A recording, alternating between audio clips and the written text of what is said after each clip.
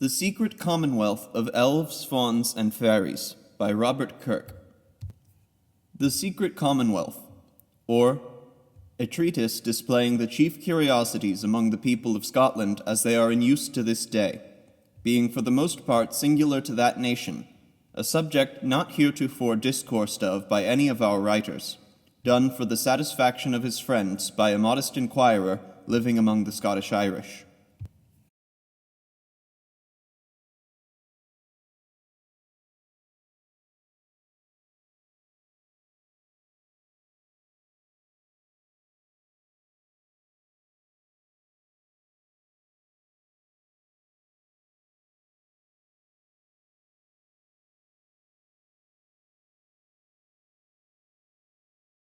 An essay of the nature and actions of the subterranean and for the most part invisible people heretofore going under the names of elves, fauns, and fairies or the like among the Low Country Scots, and termed Huvriskij, Capen, Luspartan, and Sictpruj among the Tramontanes or Scottish Irish, as they are described by those who have the second sight, and now, to occasion further enquiry, collected and compared.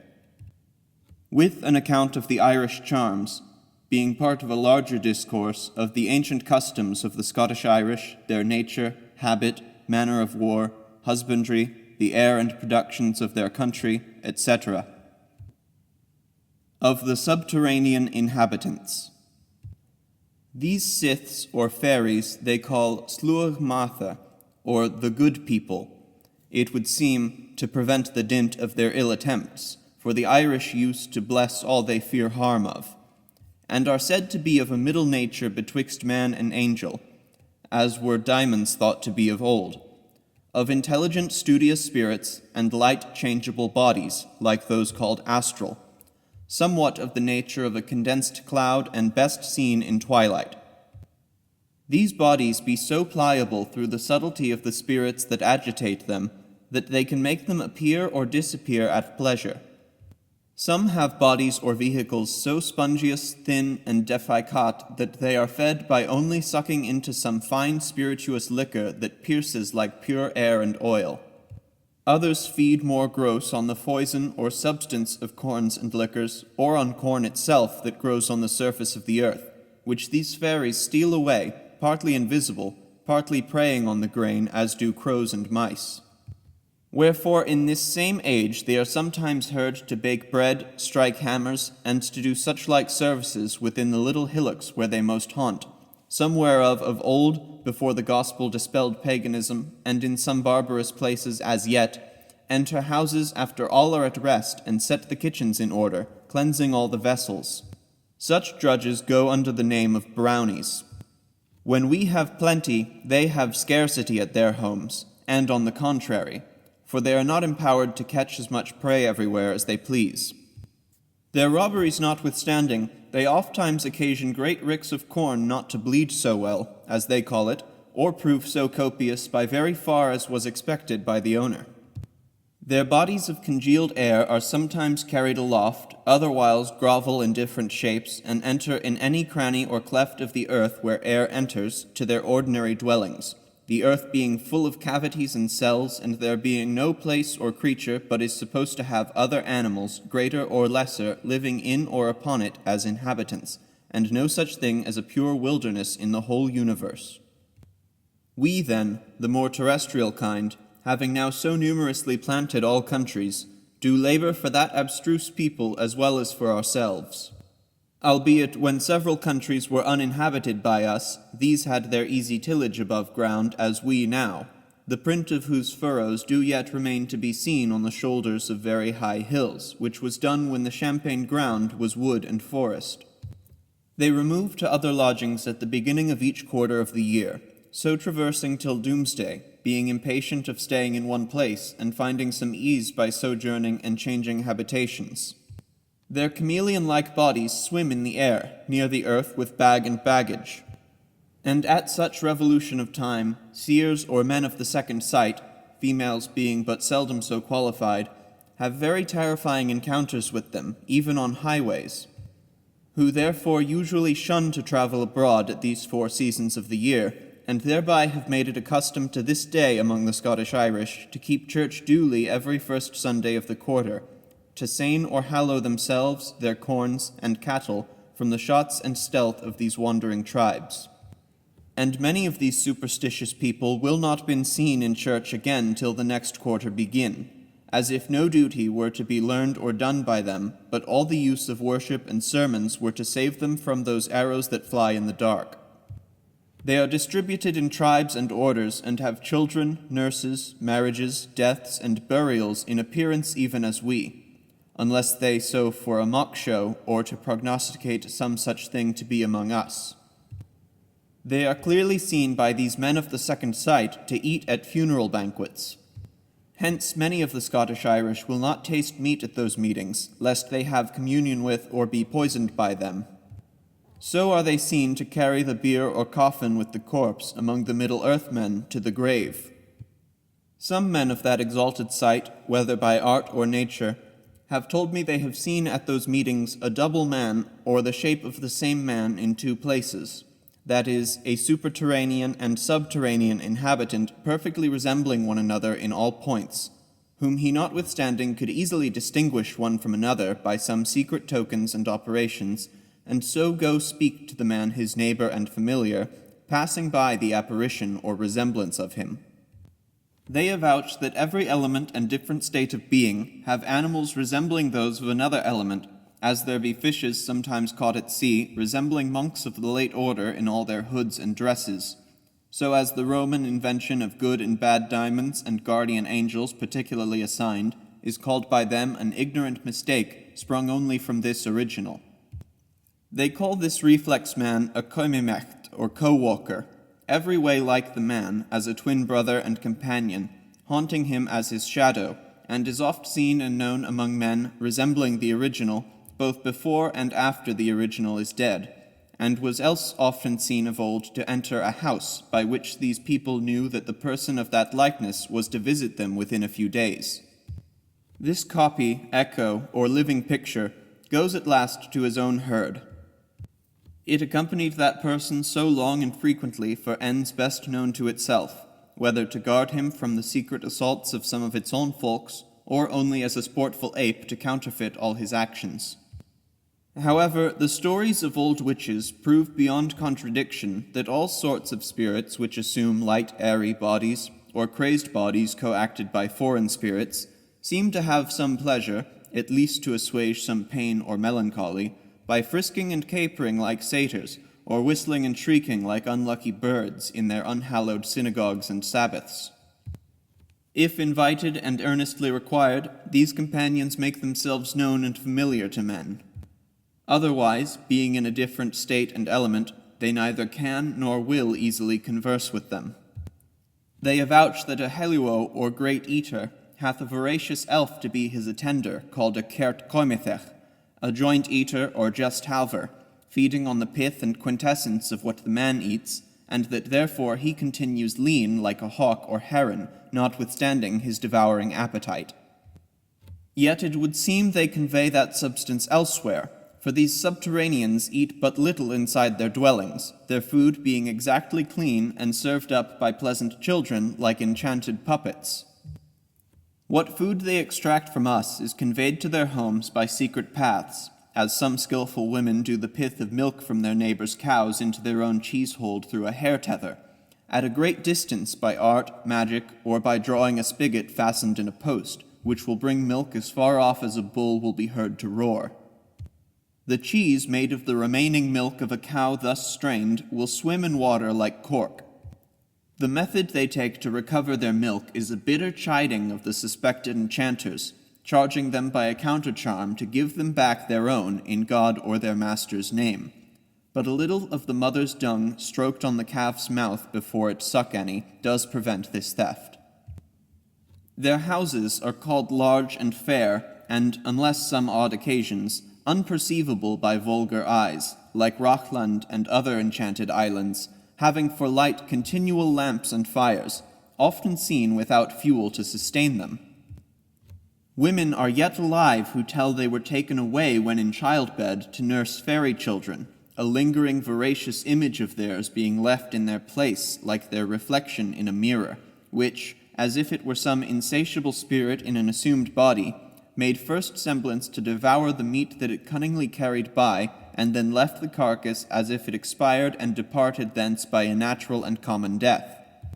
The child and fire, with food and all other necessaries, are set before the nurse how soon she enters, but she neither perceives any passage out, nor sees what these people do in other rooms of the lodging. When the child is weaned or dies, the nurse is conveyed back or gets it to her choice to stay there. But if any superterranean be so subtle as to practice sleights for procuring a privacy to any of their mysteries, such as making use of their ointments, which, as Gyges' ring, makes them invisible or nimble, or cast them in a trance, or alters their shape, or makes things appear at a vast distance, etc., they smite them without pain as a puff of wind, and bereave them of both the natural and acquired sights in the twinkling of an eye, both these sights where once they come being in the same organ and inseparable, or they strike them dumb. The Tramontanes to this day put bread, the Bible, or a piece of iron in women's bed when travailing to save them from being thus stolen. And they commonly report that all uncouth unknown wights are terrified by nothing earthly so much as by cold iron. They deliver the reason to be that hell, lying betwixt the chill tempests and the firebrands of scalding metals and iron of the north, hence the lodestone causes a tendency to that point, by an antipathy thereto, these odious far-scenting creatures shrug and fright all that comes thence, relating to so abhorred a place whence their torment is either begun or feared to come hereafter. Their apparel and speech is like that of the people and country under which they live. So they are seen to wear plaids and variegated garments in the highlands of Scotland, and swanochs heretofore in Ireland. They speak but little, and that by way of whistling, clear, not rough. The very devils conjured in any country do answer in the language of the place, yet sometimes these subterraneans speak more distinctly than at other times. Their women are said to spin very fine, to dye, to tissue, and embroider, but whether it be as manual operation of substantial refined stuffs with apt and solid instruments, or only curious cobwebs, impalpable rainbows, and a fantastic imitation of the actions of more terrestrial mortals, since it transcended all the senses of the seer to discern whether, I leave to conjecture as I found it. Their men travel much abroad, either presaging or aping the dismal and tragical actions of some amongst us, and have also many disastrous doings of their own, as convocations, fightings, gashes, wounds, and burials, both in the earth and air. They live much longer than we, yet die at last, or at least vanish from that state. For 'tis one of their tenets that nothing perisheth, but, as the sun and year, everything goes in a circle, lesser or greater, and is renewed and refreshed in its revolutions. As 'tis another that every body in the creation moves, which is a sort of life, and that nothing moves but has another animal moving upon it, and so on, to the utmost minutest corpuscle that's capable to be a receptacle of life. They are said to have aristocratical rulers and laws, but no discernible religion, love, or devotion towards God, the blessed Maker of all. They disappear whenever they hear his name invoked, or the name of Jesus, at which all do bow willingly or by constraint that dwell above or beneath within the earth. Nor can they act aught at that time after hearing of that sacred name. The tavister or seer that corresponds with this kind of familiars can bring them with a spell to appear to himself or others when he pleases, as readily as Endor witch did those of her own kind. He tells they are ever readiest to go on hurtful errands, but seldom will be the messengers of a great good to men. He is not terrified with their sight when he calls them, but seeing them in a surprise, as often he does, frights him extremely. And glad he would be quit of such, for the hideous spectacles seen among them, as the torturing of some white, earnest, ghastly staring looks, skirmishes, and the like. They do not all the harm which appearingly they have the power to do, nor are they perceived to be in great pain, save that they are usually silent and sullen. They are said to have many pleasant toyish books, but the operation of these pieces only appears in some paroxysms of antic corybantic jollity, as if ravished and prompted by a new spirit entering into them at that instant, lighter and merrier than their own. Other books they have of involved abstruse sense, much like the Rosicrucian style. They have nothing of the Bible save collected parcels for charms and counter-charms, not to defend themselves withal, but to operate on other animals, for they are a people invulnerable to our weapons.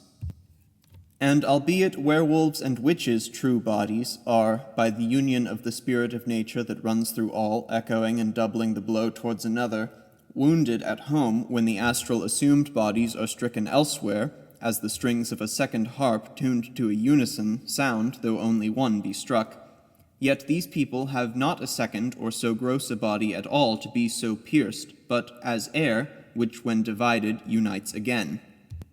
Or if they feel pain by a blow, they are better physicians than we, and quickly cure it. They are not subject to sore sicknesses, but dwindle and decay at a certain period, all about one age. Some say their continual sadness is because of their pendulous state, like those men in Luke 13:26, as uncertain what at the last revolution will become of them when they are locked up into an unchangeable condition. And if they have any frolic fits of mirth, 'tis as the constrained grinning of a mort-head, or rather as acted on a stage and moved by another, than cordially coming of themselves. But other men of the second sight, being illiterate and unwary in their observations, vary from these, one averring those subterranean people to be departed souls, attending a while in this inferior state, and clothed with bodies procured through their alms-deeds in this life, called ᚨᚚᛒᛁᛉ, viz. Fluid, active, ethereal vehicles, to hold them, that they may not scatter, nor wander and be lost in the totem or their first nothing. But if any were so impious as to have given no alms, they say when the souls of such do depart, they sleep in an unactive state till they resume the terrestrial bodies again. Others, that what the Low Country Scot calls a wraith, and the Irish ache, or death's messenger, appearing sometimes as a little rough dog, and if crossed and conjured in time will be pacified by the death of any other creature instead of the sick man, is only exuvious fumes of the man approaching death, exhaled and congealed into a various likeness, as ships and armies are sometimes shaped in the air, and called astral bodies, agitated as wildfire with wind, and are neither souls nor counterfeiting spirits.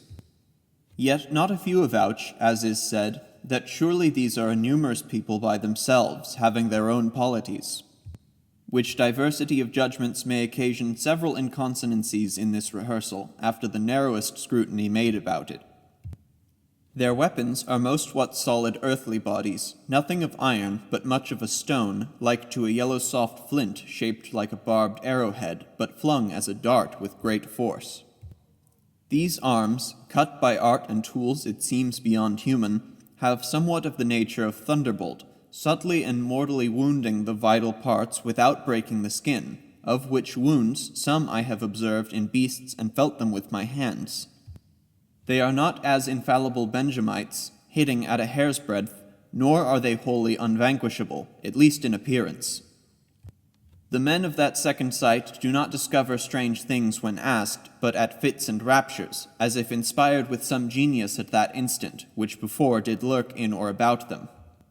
Thus I have frequently spoke to one of them, who in his transport told he cut the bodies of one of these people in two with his iron weapon, and so escaped this onset. Yet he saw nothing left behind of that appearingly divided body. At other times he out-wrestled some of them.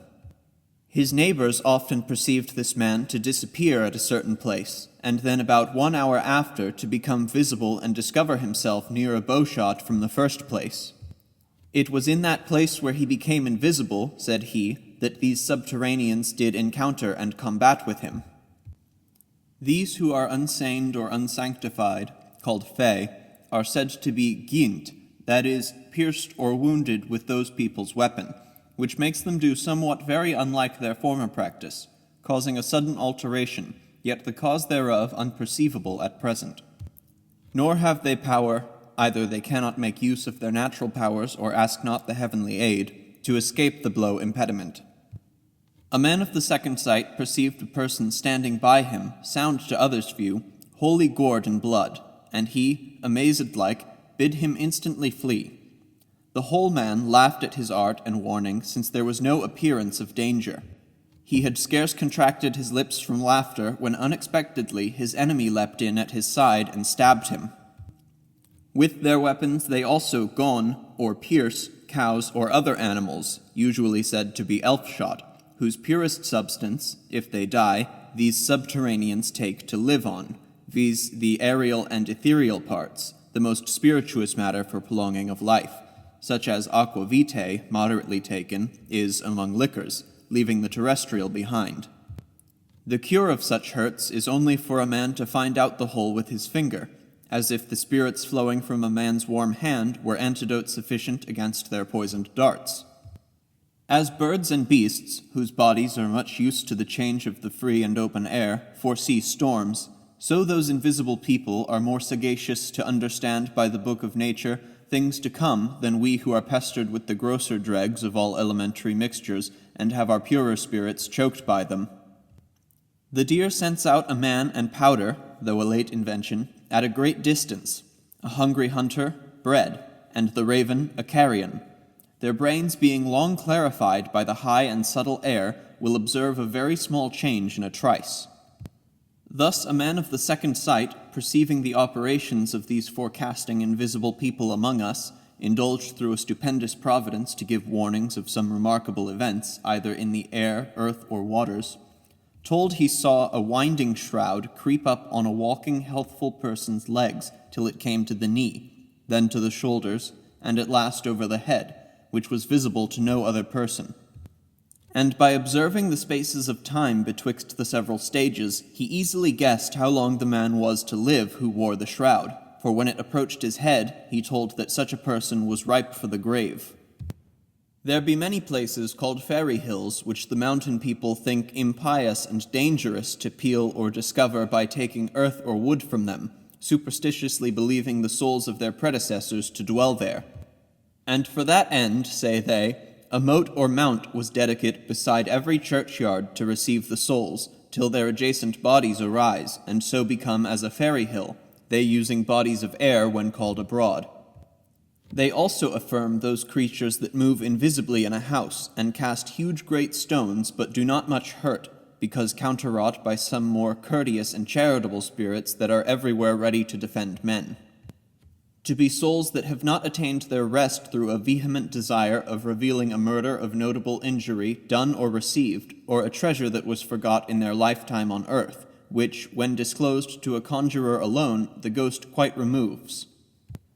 In the next country to that of my former residence, about the year 1676, when there was some scarcity of grain, a marvelous illapse and vision strongly struck the imagination of two women in one night, living at a good distance from one another, about a treasure hid in a hill called ᚨᚚᛒᛒᛁᛉ, or Fairy Hill.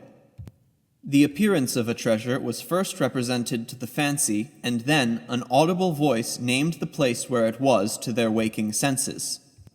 Whereupon both arose, and, meeting accidentally at the place, discovered their design, and jointly digging, found a vessel as large as a Scottish peck, full of small pieces of good money, of ancient coin, which having betwixt them, they sold in dishfuls, for dishfuls of meal, to the country people. Very many of undoubted credit saw and had of the coin to this day, but whether it was a good or bad angel, one of the subterranean people, or the restless soul of him who hid it that discovered it, and to what end it was done, I leave to the examination of others.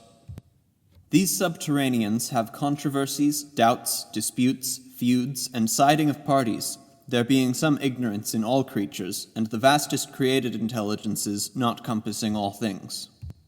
As to vice and sin, whatever their own laws be, sure according to ours, and equity, natural, civil, and revealed, they transgress and commit acts of injustice, and sin by what is above said as to their stealing of nurses to their children, and that other sort of Pelagianism in catching our children away, may seem to heir some estate in those invisible dominions which never return.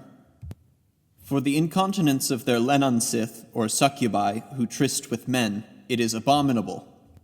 But for swearing and intemperance, they are not observed so subject to those irregularities as to envy, spite, hypocrisy, lying, and dissimulation. As our religion obliges us not to make a peremptory and curious search into these abstrusenesses, so the histories of all ages give as many plain examples of extraordinary occurrences as make a modest inquiry not contemptible.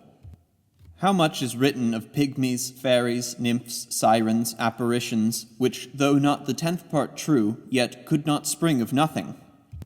Even English authors relate of Barry Island in Glamorganshire, that laying your ear unto a cleft of the rock, blowing of bellows, striking of hammers, clashing of armor, filing of irons will be heard distinctly, ever since Merlin enchanted those subterranean wights to a solid manual forging of arms to Aurelius Ambrosius and his Britons till he returned, which, Merlin being killed in battle and not coming to loose the knot, these active Vulcans are there tied to a perpetual labor.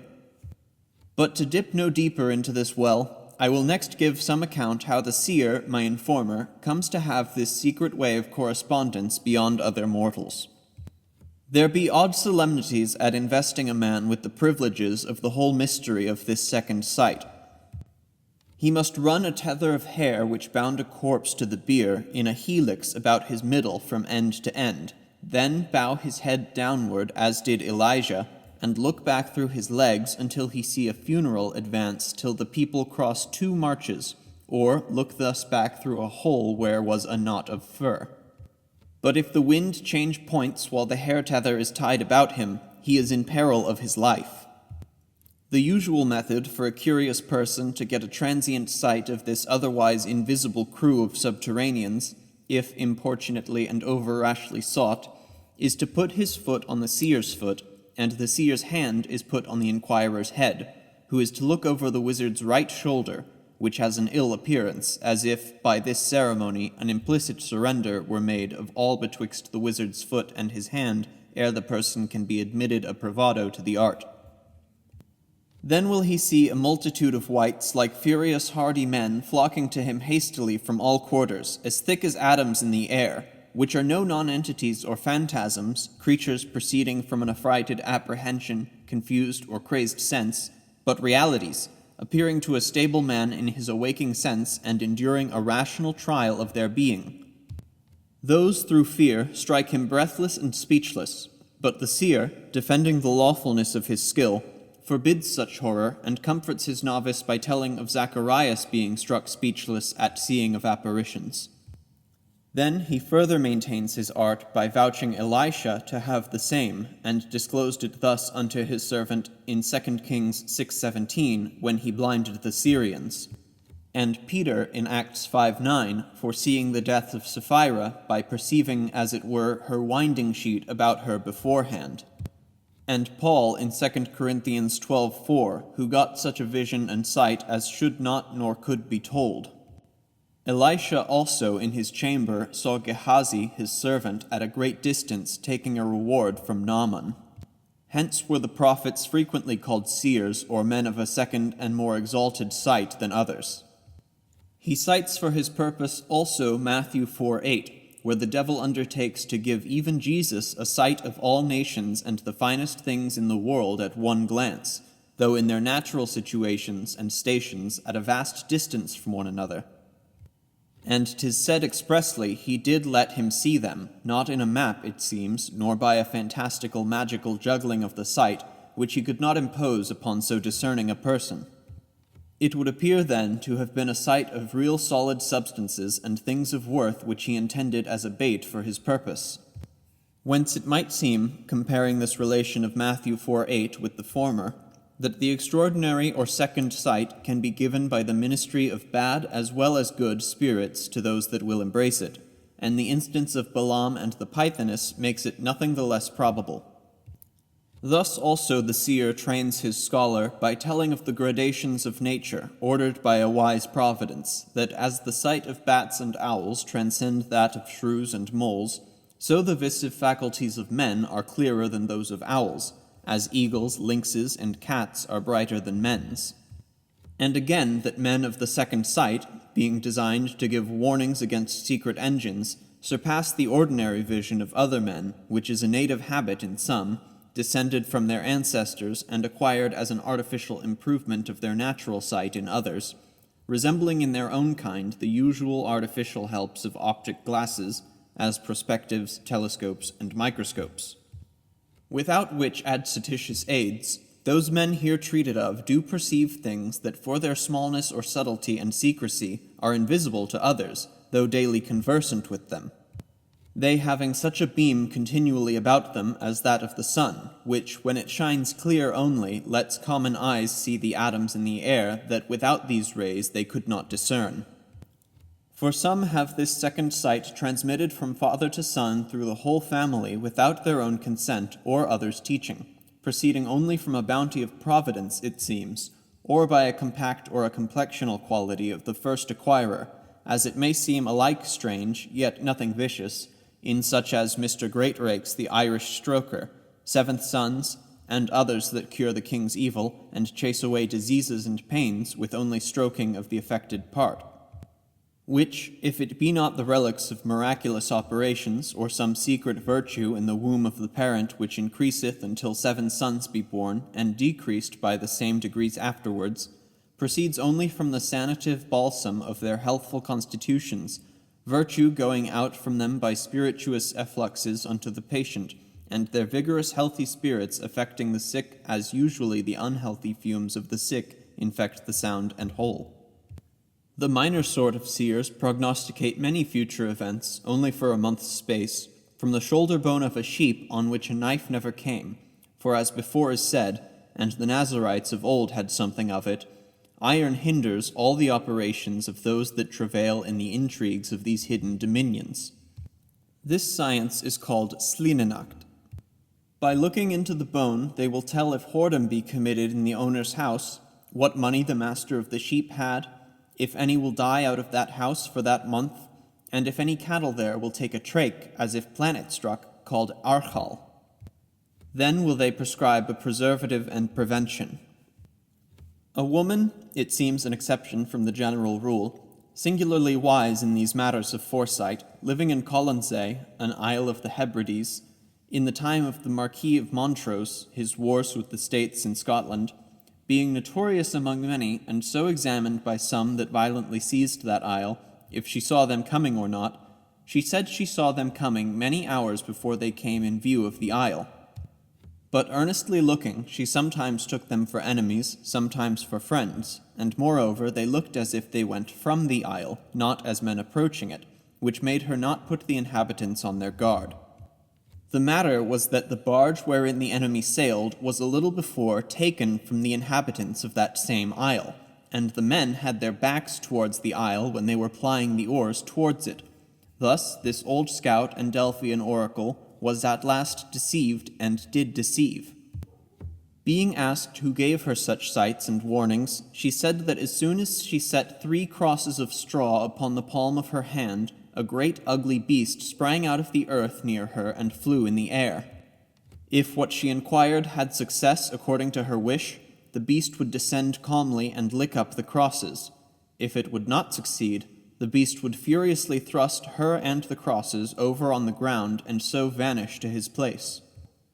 Among other instances of undoubted verity, proving in Thesi the being of such aerial people or species of creatures not vulgarly known, I add these subsequent relations, some whereof I have from my acquaintance with the actors and patients, and the rest from eye-witnesses to the matter of fact.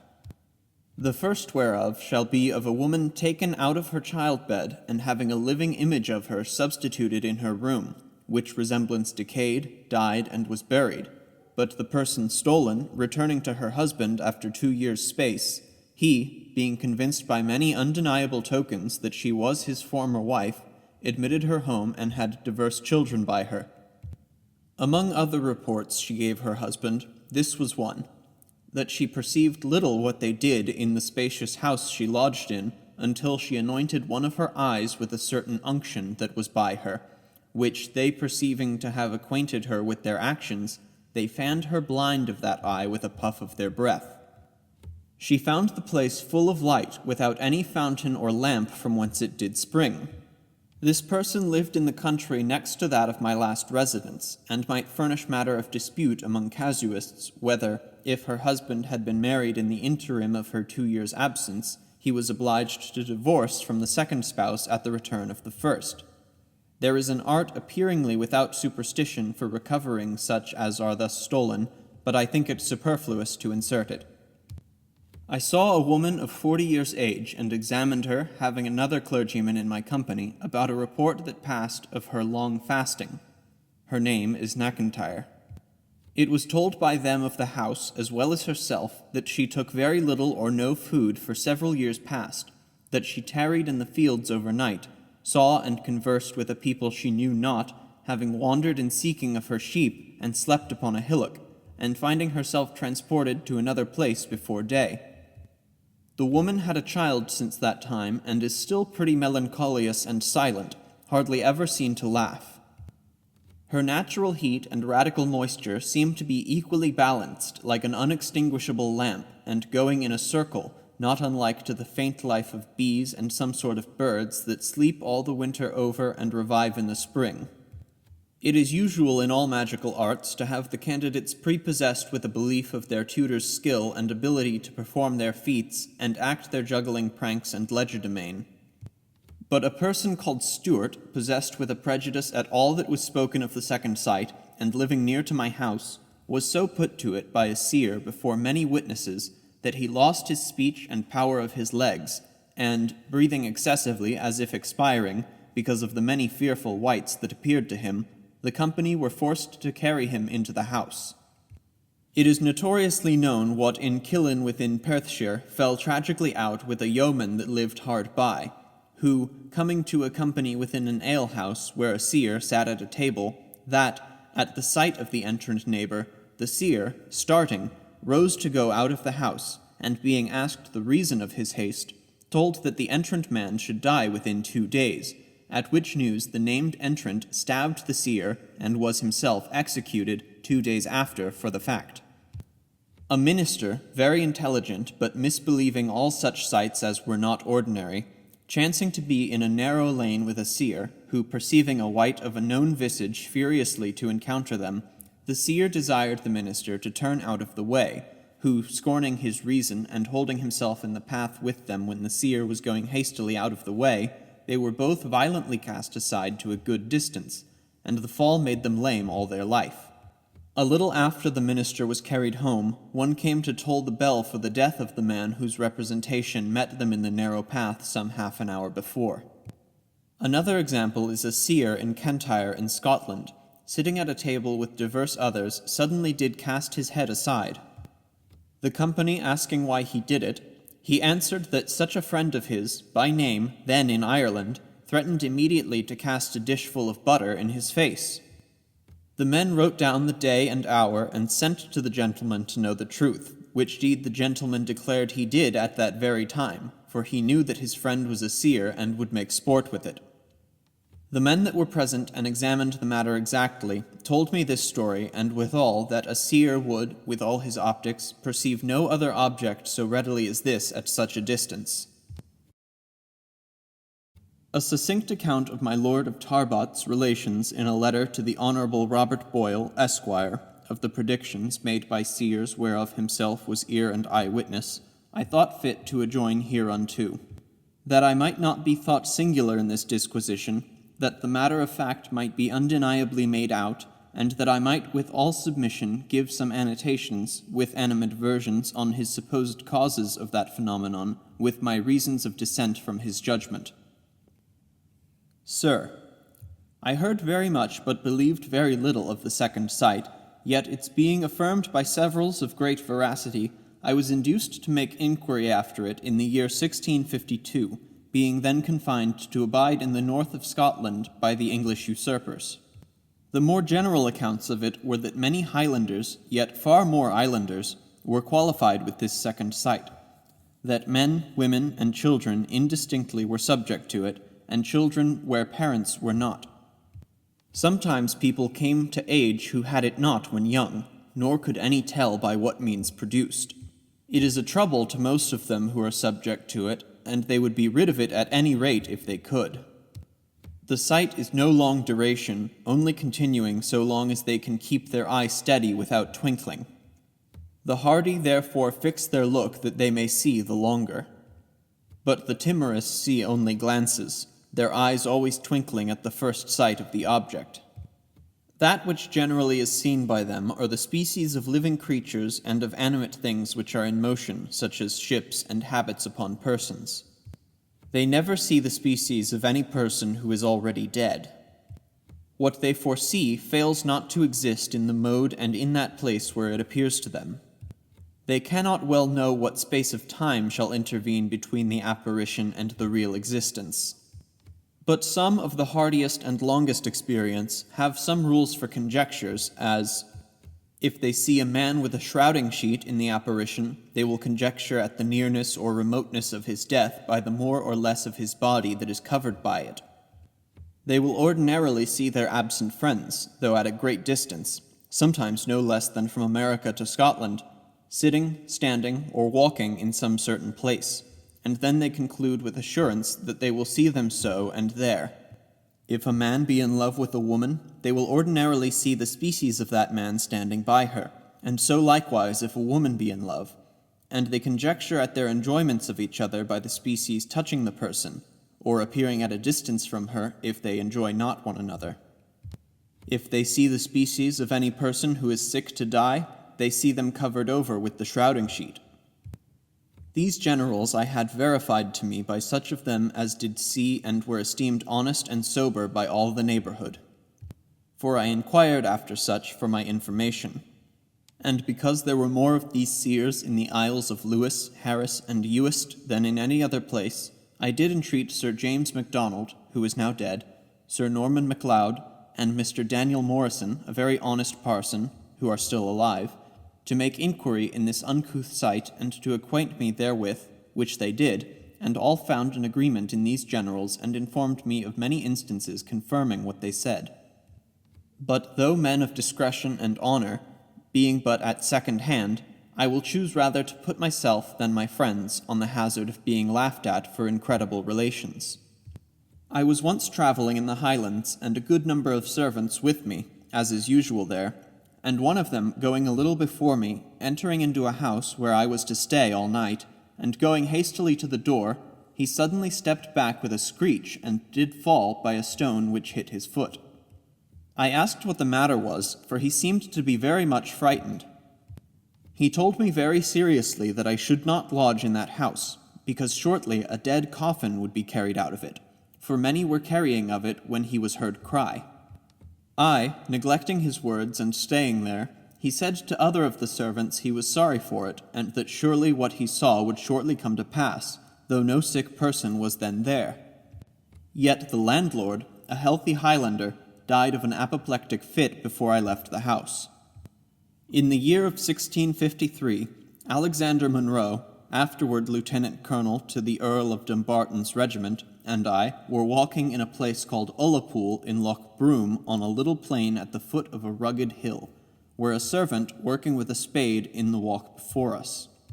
His back was to us and his face to the hill. Before we came near him, he let the spade fall and looked toward the hill. He took notice of us as we passed near by him, which made me look at him, and perceiving him to stare a little strangely, I conjectured him to be a seer. I called at him, at which he started and smiled. "What are you doing?" said I.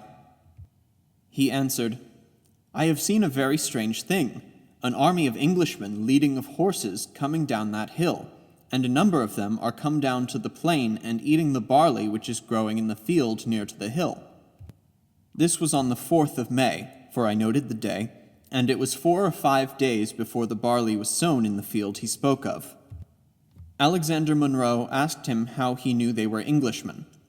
He said, "Because they were leading of horses and had on hats and boots, which he knew no Scotchman would have there." We took little notice of the whole story as other than a foolish vision, but wished that an English party were there, we being then at war with them, and the place almost inaccessible for horsemen.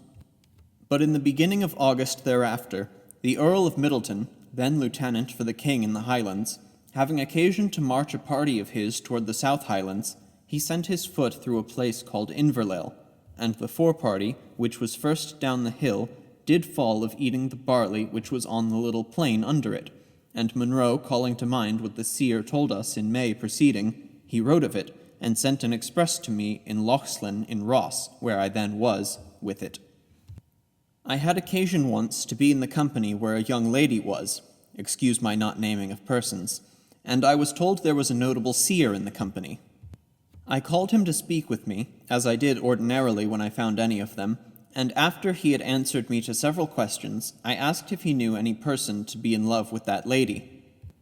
He said he did, but he knew not the person, for during the 2 days he had been in her company, he perceived one standing near her and his head leaning on her shoulder, which, he said, did foretell that the man should marry her and die before her, according to his observation. This was in the year 1655. I desired him to describe the person, which he did, so that I could conjecture by the description of such a one who was of that lady's acquaintance, though there were no thought of her marriage till 2 years thereafter. And having occasion in the year 1657 to find this seer, who was an islander, in company with the other person whom I conjectured to have been described by him, I called him aside and asked if that was the person he saw beside the lady near 2 years past.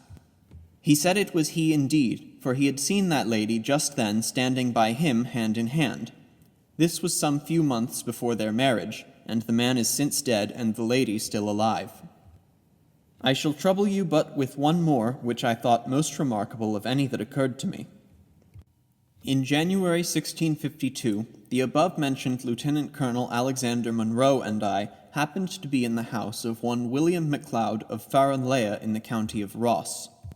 He, the landlord, and I were sitting in 3 chairs near the fire, and in the corner of the great chimney there were 2 islanders, who were that very night come to the house, and were related to the landlord. While the one of them was talking with Munro, I perceived the other to look oddly toward me. From this look, and his being an islander, I conjectured him a seer, and asked him at what he stared. He answered by desiring me to rise from that chair, for it was an unlucky one. I asked why. He answered, because there was a dead man in the chair next to me. Well, said I, if it be in the next chair, I may keep my own. But what is the likeness of the man? He said he was a tall man with a long grey coat, booted, and one of his legs hanging over the arm of the chair, and his head hanging dead to the other side, and his arm backward, as if it was broken. There were some English troops then quartered near that place, and, there being at that time a great frost after a thaw, the country was covered all over with ice. 4 or 5 of the English riding by this house some 2 hours after the vision, while we were sitting by the fire, we heard a great noise which proved to be these troopers, with the help of other servants, carrying in one of their number, who had got a very mischievous fall and had his arm broke, and falling frequently in swooning fits. They brought into the hall and set him in the very chair and in the very posture that the seer had proposed, but the man did not die, though he recovered with great difficulty. Among the accounts given me by Sir Norman MacLeod, there was one worthy of special notice, which was thus. There was a gentleman in the Isle of Harris who was always seen by the seers with an arrow in his thigh. Such in the isle who thought those prognostications infallible did not doubt but that he would be shot in the thigh before he died. Sir Norman told me that he heard it the subject of their discourse for many years when that gentleman was present. At last he died without any such incident. Sir Norman was at his burial at St. Clement's Church in the Harris. At the same time, the corpse of another gentleman was brought to be buried in the very same church. The friends on either side came to debate who should first enter the church, and in a trice from words they came to blows. One of the number, who was armed with bow and arrows, let one fly among them. Now, every family in that isle have their burial place in the church in stone chests, and the bodies are carried in open biers to the burial place. Sir Norman having appeased the tumult, one of the arrows was found shot in the dead man's thigh. To this Sir Norman himself was a witness. In the account which Mr. Daniel Morrison, parson in the Lewis, gave me, there was one which, though it be heterogeneous from this subject, yet it may be worth your notice. It was of a young woman in his parish who was mightily frightened by seeing her own image still before her, always when she came into the open air, the back of the image being always to her, so that it was not a reflection as in a mirror, but the species of such a body as her own, and in a very like habit, which appeared to herself continually before her. The parson kept her a long while with him, but had no remedy of her evil, which troubled her exceedingly. I was told afterwards that when she was 4 or 5 years elder she saw it not. These are matters of fact which I assure you are truly related, but those and all others that occurred to me, by information or otherwise, could never lead me into a remote conjecture of the cause of so extraordinary a phenomenon. Whether it be a quality in the eyes of some people in those parts, concurring with a quality in the air also, whether such species be everywhere, though not seen by the want of eyes so qualified, or from whatever other cause, I must leave to the enquiry of clearer judgments than mine. But a hint may be taken from this image, which appeared still to this woman above mentioned, and from another mentioned by Aristotle in the 4th of his Metaphysics, if I remember right, for it is long since I read it, as also from that common opinion that young infants, unsullied with many objects, do see apparitions which are not seen by those of elder years. As likewise from this, that several did see the second sight when in the Highlands or Isles, yet when transported to live in other countries, especially in America, they quite lost this quality, as was told me by a gentleman who knew some of them in Barbados, who did see no vision there, although he knew them to be seers when they lived in the Isles of Scotland. Thus far my Lord Tarbat. My Lord, after narrow inquisition, hath delivered many true and remarkable observations on this subject, yet to encourage a further scrutiny I crave leave to say that but a few women are endowed with this sight in respect of men, and their predictions not so certain. This sight is not criminal, since a man can come by it unawares and without his consent, but it is certain he see more fatal and fearful things than he do gladsome. The seers avouch that several who go to the Scyths, or people at rest, and, in respect of us, in peace, before the natural period of their lives expire, do frequently appear to them. A vehement desire to attain this art is very helpful to the inquirer, and the species of an absent friend, which appears to the seer as clearly as if he had sent his lively picture to present itself before him, is no fantastic shadow of a sick apprehension, but a reality and a messenger coming for unknown reasons, not from the original similitude of itself, but from a more swift and pragmatic people, which recreate themselves in offering secret intelligence to men, though generally they are unacquainted with that kind of correspondence, as if they lived in a different element from them. Though my collections were written long before I saw my Lord of Tarbat, yet I am glad that his descriptions and mine correspond so nearly. The maid my lord mentions, who saw her image still before her, suiteth with the co-walker named in my account, which, though some at first thought might conjecture to the refraction of a cloud or mist, as in the Parellii, the whole air and every drop of water being a mirror to return the species of things, were our visive faculty sharp enough to apprehend them, or a natural reflection from the same reasons that an echo can be redoubled by art. Yet it were more feasible to impute this second sight to a quality infused into the eye by an unction.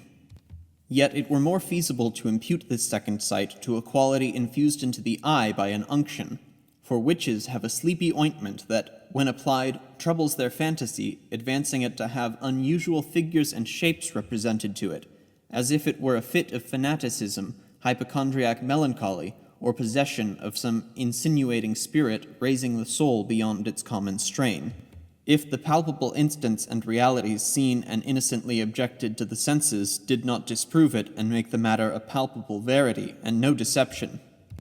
Yet, since this sight can be bestowed without ointment or dangerous compact, the qualification is not of so bad an original. Therefore, by my Lord's good leave, I presume to say that this sight can be no quality of the air nor of the eyes, because 1. Such as live in the same air and see all other things as far off and as clearly, yet have not the second sight. 2. A seer can give another person this sight transiently by putting his hand and foot in the posture he requires of him. 3. The unsullied eyes of infants can naturally perceive no new unaccustomed objects but what appear to other men, unless exalted and clarified some way, as Balaam's ass for a time, though in a witch's eye the beholder cannot see his own image reflected, as in the eyes of other people, so that defect of objects, as well as diversity of the subject, may operate differently on several tempers and ages. 4. Though also some are of so venomous a constitution, by being radicated in envy and malice, that they pierce and kill, like a cockatrice, whatever creature they first set their eye on in the morning.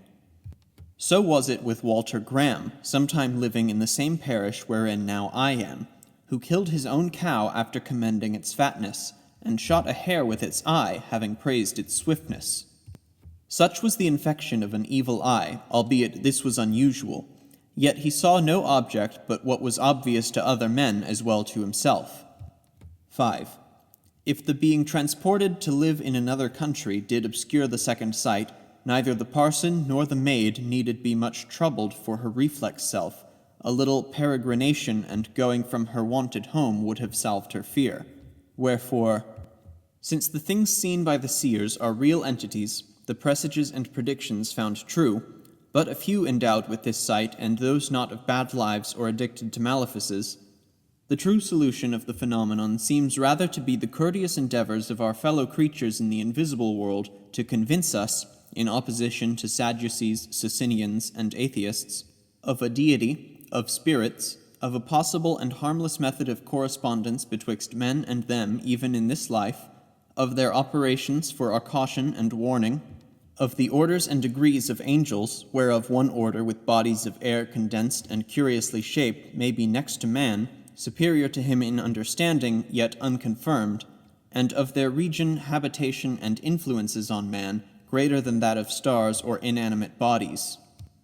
A knowledge, belike, reserved for these last atheistic ages, wherein the profanity of men's lives hath debauched and blinded their understandings as to Moses, Jesus, and the prophets, unless they get convictions from things formerly known, as from the regions of the dead.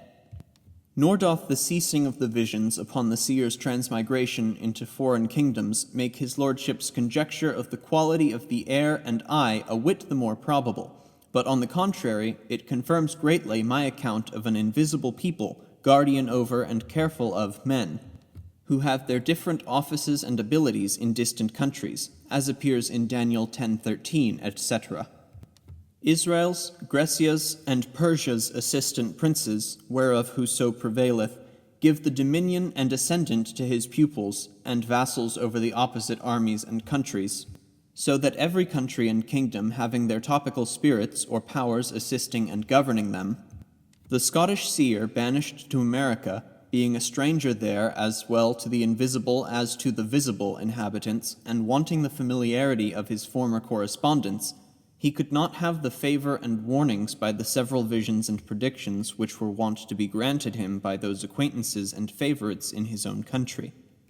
For if what he wont to see were realities, as I have made appear, 'twere too great an honor for Scotland to have such seldom seen watchers and predominant powers over it alone, acting in it so expressly, and all other nations wholly destitute of the like.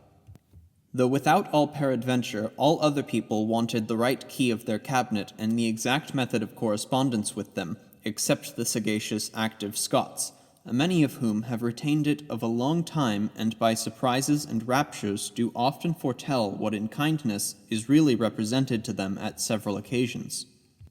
To which purpose the learned lynx-eyed Mr. Baxter, on Revelation 12:7, writing of the fight betwixt Michael and the dragon, gives a very pertinent note, viz., that he knows not but ere any great action, especially tragical, is done on earth, that the first battle and victory is acted and achieved in the air betwixt the good and evil spirits, thus he.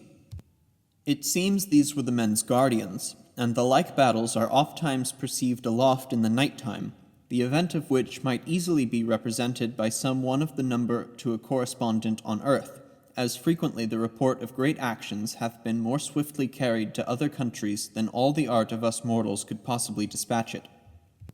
St. Augustine on Mark 9:4 giveth no small intimation of this truth, averring that Elias appeared with Jesus on the mount in his proper body, but Moses in an aerial body, assumed like the angels who appeared, and had ability to eat with Abraham, though no necessity, on the account of their bodies, as likewise the late doctrine of the pre-existence of souls living into aerial vehicles, gives a singular hint of the possibility of the thing, if not a direct proof of the whole assertion, which yet moreover may be illuminated by divers other instances of the like nature and as wonderful, besides what is above said as, the invisible wights which haunt houses seem rather to be some of our subterranean inhabitants, which appear often to men of the second sight, than evil spirits or devils, because though they throw great stones, pieces of the earth, and wood at the inhabitants, they hurt them not at all, as if they acted not maliciously like devils, but in sport like buffoons and drolls. All ages have afforded some obscure testimonies of it, as Pythagoras, his doctrine of transmigration, Socrates' daimon that gave him precautions of future dangers, Plato's classing them into various vehiculated species of spirits, Dionysius Areopagitica's marshalling 9 orders of spirits, superior and subordinate, the poets their borrowing of the philosophers and adding their own fancies of fountain, river, and sea nymphs, wood, hill, and mountain inhabitants, and that every place and thing in cities and countries had special invisible regular gods and governors. Cardano speaks of his father, his seeing the species of his friend in a moonshine night, riding fiercely by his window on a white horse the very night his friend died at a vast distance from him, by which he understood that some alteration would suddenly ensue. Cornelius Agrippa and the learned Dr. Moore have several passages tending that way. The noctambulos themselves would appear to have some foreign joking spirit possessing and supporting them when they walk on deep waters and tops of houses without danger when asleep and in the dark.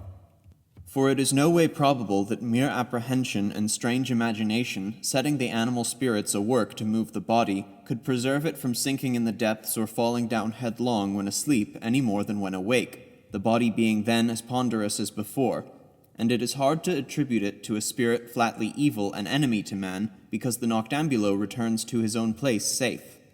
And the most furious tribe of the daimons are not permitted by Providence to attack men so frequently either by night or by day.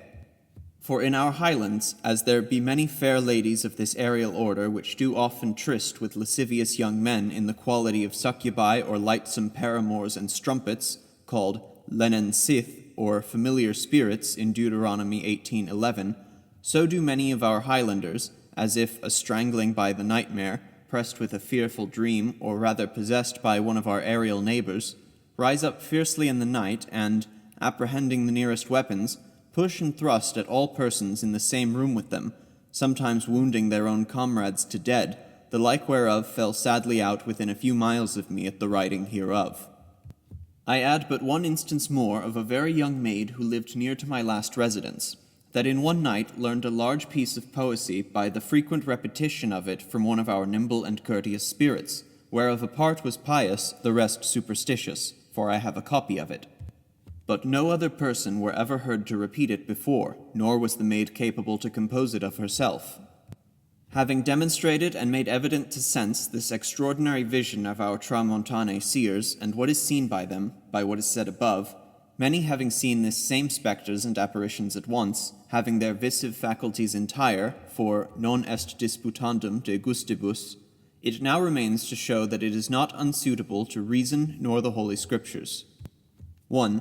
First, that it's not repugnant to reason doth appear from this, that it is no less strange for immortal sparks and souls to come and be immersed into gross terrestrial elementary bodies and be so propagated, so nourished, so fed, so clothed as they are, and breathe in such an air and world prepared for them, than for Hollanders, or hollow cavern inhabitants, to live and traffic amongst us in another state of being without our knowledge. For Raymond Sebund, in his 3rd book, chapter 12, argues quaintly that all sorts of living creatures have a happy rational polity of their own, with great contentment, which government and mutual converse of theirs they all pride and plume themselves, because it is as unknown to man as man's is to them. Much more, that the Son of the highest Spirit should assume a body like ours convinces all the world that no other thing that is possible needs be much wondered at. 2. The Manukodiata, or bird of paradise, living in the highest region of the air, common birds in the second region, flies and insects in the lowest, men and beasts on the earth's surface, worms, otters, badgers, and fishes under the earth and waters. Likewise hell is inhabited at the center and heaven in the circumference. Can we then think the middle cavities of the earth empty? I have seen in Wemyss, a place in the county of Fife in Scotland, diverse caves cut out as vast temples underground. The like is in a county of England. In Malta is a cave wherein stones of a curious cut are thrown in great numbers every day. So I have had barbed arrowheads of yellow flint that could not be cut so small and neat, of so brittle a substance, by all the art of man. It would seem, therefore, that these mentioned works were done by certain spirits of pure organs, and not by devils, whose continual torments could not allow them so much leisure. Besides these, I have found 5 curiosities in Scotland not much observed to be elsewhere. 1. The brownies, who in some families, as drudges, clean the houses and dishes after all go to bed, taking with him his portion of food and removing before daybreak. 2. The mason word, which, though some make a mystery of it, I will not conceal a little of what I know. It's like a rabbinical tradition in a way of comment on Jachin and Boaz, the 2 pillars erected in Solomon's temple, with an addition of some secret sign delivered from hand to hand by which they know and become familiar with one another. 3. This second sight so largely treated of before. 4. Charms and curing by them very many diseases, sometimes by transferring the sickness to another. 5. A being proof of lead, iron, and silver, or a breve making men invulnerable. Diverse of our Scottish commanders and soldiers have been seen with blue marks only after they were shot with leaden ball, which seems to be an Italian trick, for they seem to be a people too curious and magically inclined. Finally, Irishmen, our northern Scottish, and our Atholl men are so much addicted to and delighteth with harps and music, as if, like King Saul, they were possessed with a foreign spirit, only with this difference, that music did put Saul's playfellow asleep, but roused and awakened our men, vanquishing their own spirits at pleasure, as if they were impotent of its powers and unable to command it. For we have seen some poor beggars of them chattering their teeth for cold, that how soon they saw the fire and heard the harp, leapt through the house like goats and satyrs. As there are parallel stories in all countries and ages reported of these our obscure people, which are no dotages, so it is no more of necessity to us fully to know their beings and manner of life than to understand distinctly the polity of the 9 orders of angels, or with what oil the lamp of the sun is maintained so long and regularly, or why the moon is called a great luminary in Scripture while it only appears to be so, or if the moon be truly inhabited because telescopes discover seas and mountains in it, as well as flaming furnaces in the sun, or why the discovery of America was looked on as a fairy tale and the reporters hooted at as inventors of ridiculous utopias, or the first probable assertors punished as inventors of new gods and worlds, or why in England the king cures the struma by stroking, and the 7th son in Scotland, whether his temperate complexion conveys a balsam and sucks out the corrupting principles by a frequent warm sanative contact, or whether the parents of the 7th child put forth a more eminent virtue to his production than to all the rest, as being the achme, meridian, and height to which their vigor ascends, and from that forth have a gradual declining into a feebleness of the body and its productions. And then, 1. Why is not the 7th son infected himself by that contagion he extracts from another? 2.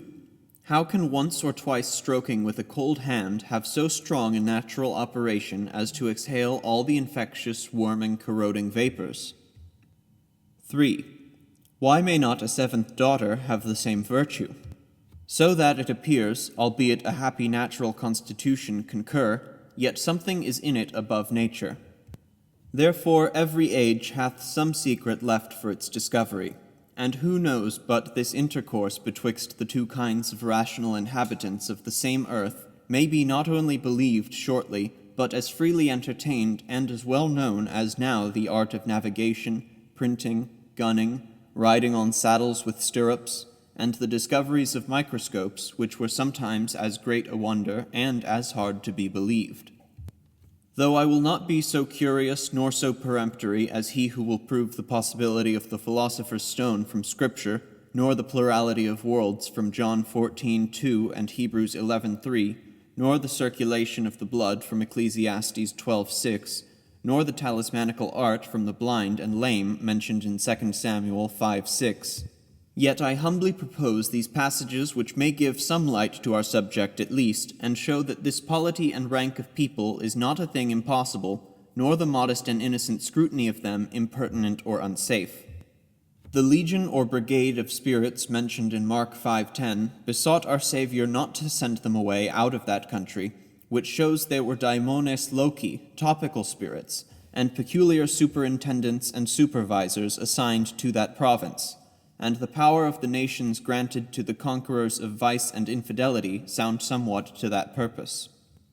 Tobit had a daimon attending marriage, and in Matthew 4:5 an evil spirit came in a visible shape to tempt our Saviour, who himself denied not the sensible appearing of ghosts to our sight, but said their bodies were not composed of flesh and bones as ours. And in Philippians 2:10, our very subterraneans are expressly said to bow to the name of Jesus. Elisha, not intellectually only, but sensibly, saw Gehazi when out of reach of an ordinary view. It wants not good evidence that there are more managed by God's Spirit, good, evil, and intermediate spirits, among men in this world than we are aware of. It wants not good evidence that there are more managed by God's Spirit, good, evil, and intermediate spirits, among men in this world than we are aware of. The good spirits ingesting fair and heroic apprehensions and images of virtue and the divine life, thereby animating us to act for a higher happiness according to our improvement, and relinquishing us as strangely upon our neglect or our embracing of the deceitful siren-like pictures and representations of pleasures and gain presented to our imaginations by evil and sportful angels to allure us to an unthinking, ungenerous, and sensual life, none of them having power to compel us to any misdemeanor without our flat consent.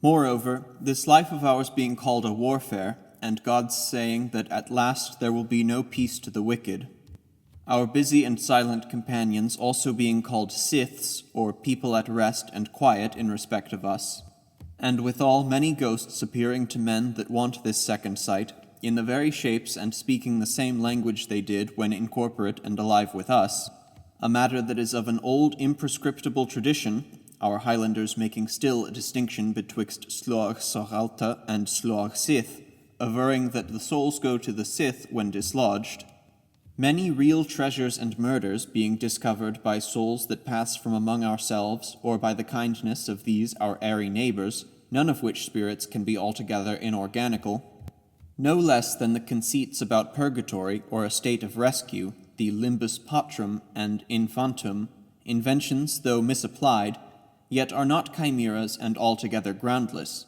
for ab origine it is nothing but some blanch and faint discoveries of this secret republic of ours here treated on.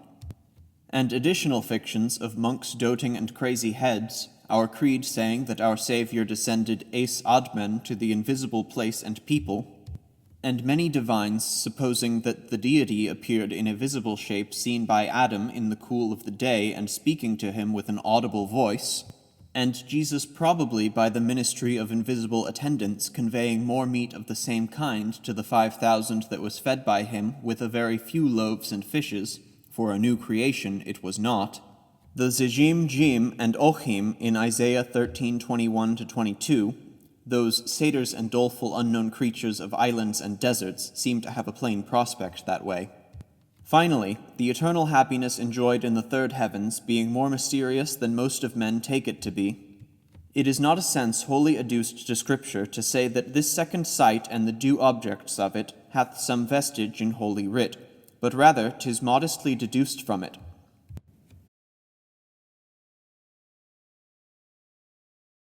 It only now remains to answer the most obvious objections against the reality and lawfulness of this speculation as: Question 1.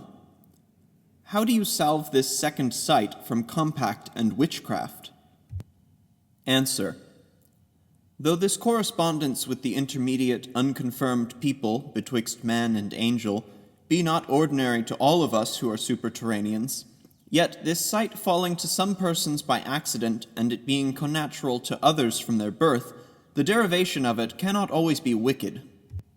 A too great curiosity indeed to acquire an unnecessary art may be blameworthy, but diverse of that secret commonwealth may by permission discover themselves as innocently to us, who are in another state, as some of us men do to fishes, which are in another element, when we plunge and dive into the bottom of the seas, their native region. And, in process of time, we may come to converse as familiarly with those nimble and agile clans, but with greater pleasure and profit, as we do now with the Chinese and Antipodes. Question 2.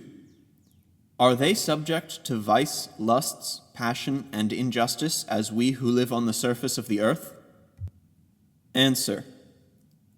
The seers tell us that these wandering aerial people have not such an impetus and fatal tendency to any vice as men, as not being drenched into so gross and draggy bodies as we, but yet are in an imperfect state, and some of them making better essays for heroic actions than others, having the same measures of virtue and vice as we, and still expecting advancement to a higher and more splendid state of life. One of them is stronger than many men, yet do not incline to hurt mankind, except by commission for a gross misdemeanor, as the destroying angel of Egypt and the Assyrians.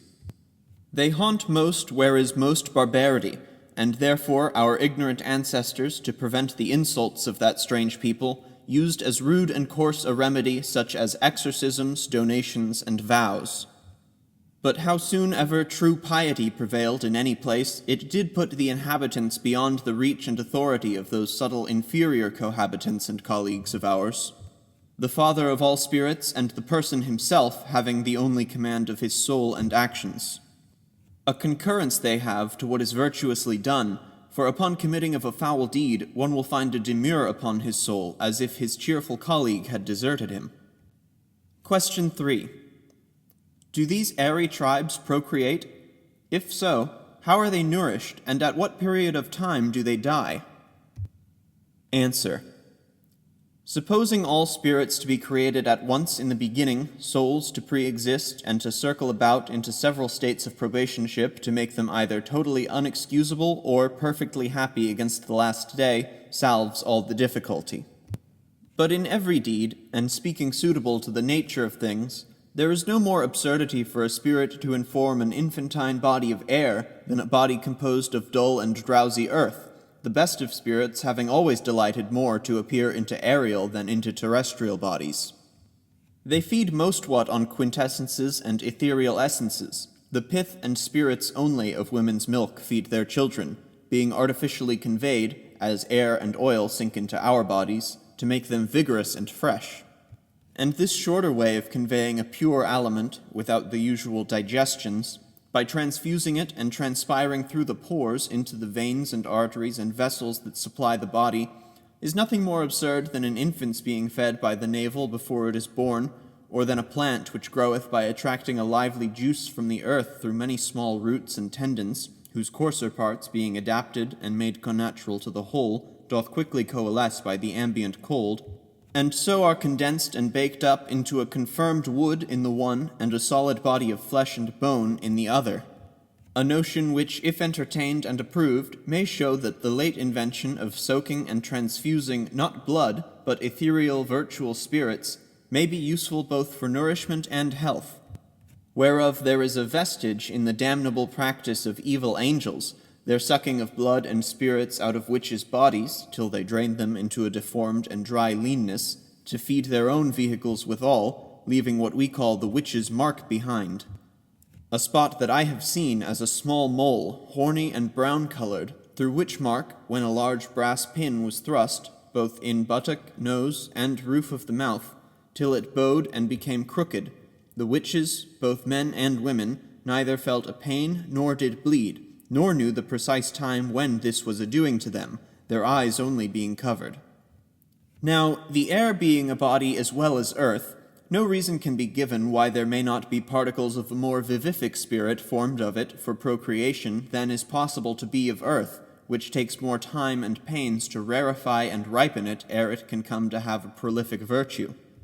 And if our tripping darlings did not thus procreate, their whole number would be exhausted after a considerable space of time. For though they are of more refined bodies and intellectuals than we, and of far less heavy and corruptive humours, which cause a dissolution, yet many of their lives being dissonant to right reason, and their own laws and their vehicles not being wholly free of lust and passion, especially of the more spiritual and haughty sins, they pass, after a long healthy life, into an orb and receptacle fitted for their degree, till they come under the general cognizance of the last day. Question 4. Doth the acquiring of this second sight make any change on the acquirer's body, mind, or actions? Answer. All uncouth sights enfeebles the seer. Daniel, though familiar with divine visions, yet fell frequently down without strength when dazzled with a power which had the ascendant of and pressed on him beyond his comprehension. So our seer is put in a rapture, transport, and sort of death, as divested of his body and all its senses, when he is first made participant of this curious piece of knowledge. But it maketh no ramp or stain in the understanding of any. Only to the fancies of clownish and illiterate men it creates some affrightments and disturbances, because of the strangeness of the shows and their unacquaintedness with them. And as for the life, the persons endowed with this rarity are for the most part candid, honest, and sociable people. If any of them be subject to immoralities, this abstruse skill is not to be blamed for it, for unless themselves be the tempters, the colonies of the invisible plantations with which they intercommune do provoke them to no villainy or malefice, neither at their first acquaintance, nor after a long familiarity. Question 5. Doth not Satan interpose in such cases by many subtle, unthought-of insinuations, as to him who let the fly or familiar go out of the box, and yet found the fly of his own putting in as serviceable as the other would have been? Answer. The goodness of the life and designs of the ancient prophets and seers was one of the best proofs of their mission. Nor have our seers bad lives and designs as necromancers and those that traffic with devils usually have.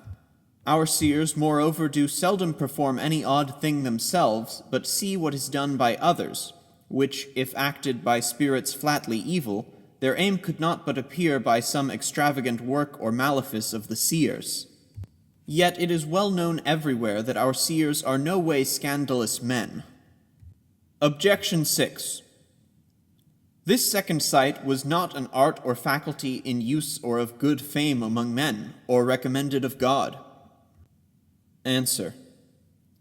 Every unusual art or science is not sinful or unlawful, unless its original or principal design do make it so. Nor was God always pleased to discover even every necessary truth at once. Yet when such truths and sciences were permitted, recommended, or suggested, they were truly lawful. It was a long time before the Jews thought it lawful to war on the Lord's day, and the religious Jews themselves were long without a distinct knowledge of the Son of God and of the Holy Ghost. Yet because of the noble design of that discovery, it ought not to be rejected when further revived.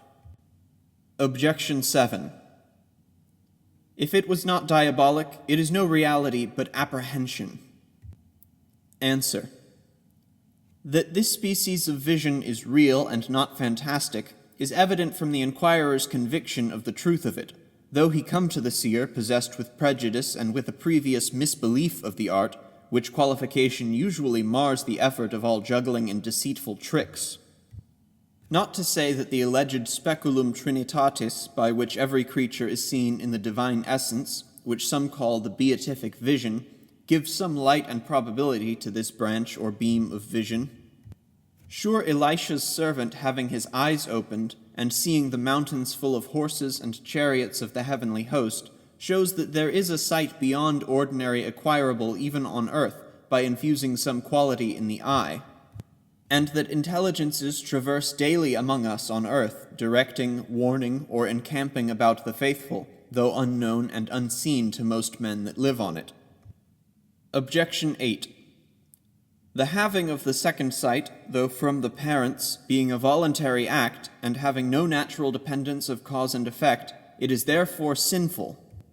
The curious desire to know it or put it in practice, being a believing of the art and trusting to it, is an unusual gift, magical, not from the beginning, and hath neither a precept of God in Scripture, nor promise of blessing in the exercise. Answer. To those children on whom the second sight descends from their parents, it is no voluntary act, but forced on them. And as for a dependence betwixt cause and effect, the cure of the king's evil by the king from his ancestors, Edward the Saint, downwards, and always by the seventh son, is a real effect, but depends not upon a natural cause known to us. And yet it is not scandalous nor sinful. Yawning is voluntary, yet affecteth others by imitation, and doth it innocently. So doth the lodestone attract steel necessarily. But we know not the dependence of these effects from their natural causes, yet are they either harmless in themselves or profitable. For trusting to the art and believing of it, the seers cannot but believe there is such an art when many infallible instances presented to their sense do convince them of the reality.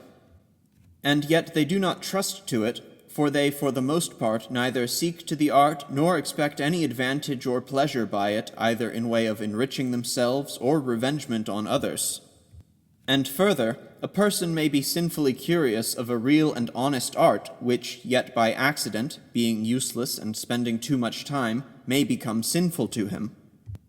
As to a promise of blessing upon having the sight, it not being an article of faith, a matter of salvation or necessity, but only as another art or science lately invented, which shortly may become a profitable and pleasant speculation, it needs no more an express precept or promise than many other laudable actions and contemplations, undoubtedly, providing our belief be firm and our actions otherwise virtuous and devout. It could not endanger our salvation, though we knew not that there were such things in the universe as a crew of infernal malicious devils, yet 'tis many ways profitable for us to know so much, which is pat and exactly applicable to our present case as to our conjunct inhabitants of this earthly footstool. Objection 9. That the proceeding from their forefathers did not diminish the sin or scandal of the second sight, more than original sin and other voluntary sins, as well as those of ignorance, are innocently derived from our progenitors. Answer. Albeit original sin and its fatal consequence be not innocently derived to us from our progenitors, because of his Maker's covenant with Adam for himself and his posterity as to standing or falling, yet this doth not make hereditary diseases and all other things of our immediate parents sinfully to affect us. It might have been a sin of intemperance and riot in the parents that entailed eradicated inveterate distemper and bodily disease in the progeny, which yet is not the sin, but affliction of the children. It is the nature of the thing itself in question, and not the manner of its derivation and other accidental concomitants, which makes it faulty. If parents had this second sight by contract with evil spirits, it were error on the first concoction, which would still increase as it proceeded forward among their succession. But by undeniable proofs above, I have made it appear that both young children and aged persons have had this sight infused in a trice, they know not whence, though they neither concurred to it themselves, nor any of their parents and other relations had the like before them. So that the spies and aerial intelligent creatures and the sight of the seers of them, clear and lawful and void of deception, quod erat demonstrandum. Conclusion. Thus far of the Lycnobius people, their nature, constitutions, actions, apparel, language, armor, and religion, with the quality of those amphibious seers that correspond with them. For what is said of their procreation among themselves, which is done at the consent of their wills, as one candle lighteth another, and of the conjunction of their females, called lenansith, or fairy lemons, like the succubi mentioned of old, with superterraneans and their Merlin-like monstrous or giantly productions thereupon, and of the unfrequency of their visits and fearful appearances now, as being out of their proper element, except they be sent as a portent at some extraordinary occasion, since the Holy Gospel's flourishing among us, in respect of their troublesome hauntings beforetime, who, as strangers and enemies invading other territories, left an affrightedness of travelling in the dark in the minds of men that dread mischief from them, yea, even persons having this second sight and seers themselves, though persons most conversant with them, find such horror and trouble by the intercourse that they would often full gladly be as free from them as other men. These, to pursue at more length than I had now time for, I leave to the judgment and credit of everyone's particular inquiry and experience. A short treatise of the Scottish-Irish charms and spells. It is not well known when and by whom this art of charming among the Scottish-Irish was first invented and broached, but sure the most of these spells relate to something in the Christian religion.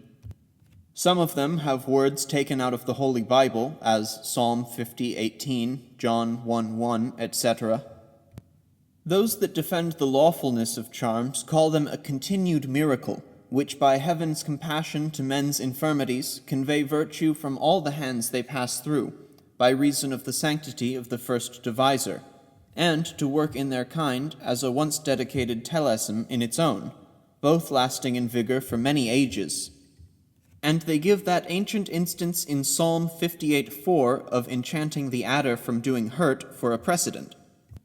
Albeit assuredly charmers in Deuteronomy 18:11 be flatly discharged and reckoned up with necromancers, witches, and consulters with familiar spirits, and by experience it is found that such as come once in their reverence can never be rid of them, but will still have occasions that will need these white witches' assistance in curing of one, when they kill another. And yet that the Holy Scriptures may borrow a comparison of obstinacy from the asp, as well as a caveat of wariness and wit from a thief in the night, and an unjust steward needed not be wondered at. There be charms for all common diseases from top to toe, from the falling evil and convulsion of the sinews to the wen and excrescence on the eyebrie called conad. Most of them are in way of prayer called ortha, but said to be of more efficacy than any prayer now pronounced. The words, notwithstanding, are much corrupted in process of time by being transmitted through so many mouths, and 'tis not easy to reconcile them all to good sense, or a meaning proper for the designed conveyance, besides that they are used by many of bad conversations, and who do not understand much of what they utter, which makes others to suspect that the good words in the spells are but the policy of the counterfeit angel of light to train on the unwary to his lure, and that they being intended only as a watchword and sign of the compact with his followers, he is not scared to hear so many pious phrases, wanting the understanding and affection which is the life of all, especially since he was prompt enough to adduce scripture words to our Saviour himself in Matthew 4. As they are spoke by rote, so several of them were wont to be set down in rhythm. It was customary also with ancient practised magicians, for solemnity's sake, and to strike a greater reverence in the receivers of benefit by them, to change the names of ordinary things into those of creatures that had some like operation to that which they designed to bestow, so framing a sacred peculiar style of their own, which yet did not alter the nature of anything they spoke of to any that could discern and distinguish, more than the blessed Jesus, calling bread his body, changed the true nature of either, as some might instance now for their purpose. Then these words so consecrated were thought operative to all that gave credit to them and were their partisans, being once made partakers of their influence. Even the Platonists, in their rites of lustrations and purifyings, gave benefits, mystically signified under words of several representations, which words they thought were introduced by the gods, who knew the natures of things, and were delivered to them by the first men that lived, who were called sons of the gods, and giants, in opposition to the filii terrae, idiots and weaklings, as immediately formed and then instructed by them. Hence the sacred language of their mysteries was believed to have a magical force from the gods to do the deed, which strong and vigorous force, but secretly conveyed, was restrained to these very words and points as delivered by tradition, without any voluntary alteration. And they reckoned their virtue evaporated and lost by being poured out and translated into any other language. The Jews are also very sly in translating any of the common forms of blessing or the like, prescribed in the law by mystical ways. Both the good spirit and image of Jesus' holy mind and life, and also the malice of the evil spirit against all good, are conveyed to men according to their different endeavors after them.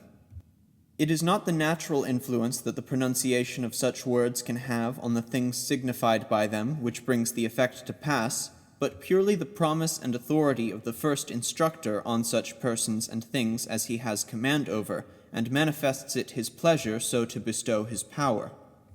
Thus, in a stable legal sense, every office hath its vocabula artis, whose propriety is understood according to the occupation it treats about, whether sacred, civil, or profane. As what is cloth in the merchant's hand is called a cloak or coat when come through the hands of the tailor. There be philters used and other attractives of love by spells or words, as well as by other meretricious arts, that cause the persons beloved, if but touched, to follow the toucher, immediately losing all command of themselves, either by an unaccountable sympathy or some other invisible impulse. But how soon they lasciviously converse together, all that love dies into an envenomed spite.